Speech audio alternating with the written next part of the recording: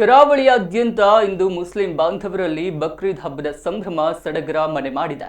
ದಕ್ಷಿಣ ಕನ್ನಡ ಹಾಗೂ ಉಡುಪಿಯ ಜುಮ್ಮಾ ಮಸೀದಿಯಲ್ಲಿ ಸಾಮೂಹಿಕ ನಮಾಜ್, ಈದ್ ಸಂದೇಶ, ಪ್ರವಚನ, ಈದ್ ಶುಭಾಶಯ, ನೆರೆಮನೆ ಹಾಗೂ ಸಂಬಂಧಿಕರ ಮನೆಗೆ ಸೌಹಾರ್ದ ಭೇಟಿಯ ಮೂಲಕ ಹಬ್ಬಕ್ಕೆ ಸಂಭ್ರಮ ತಂದರು.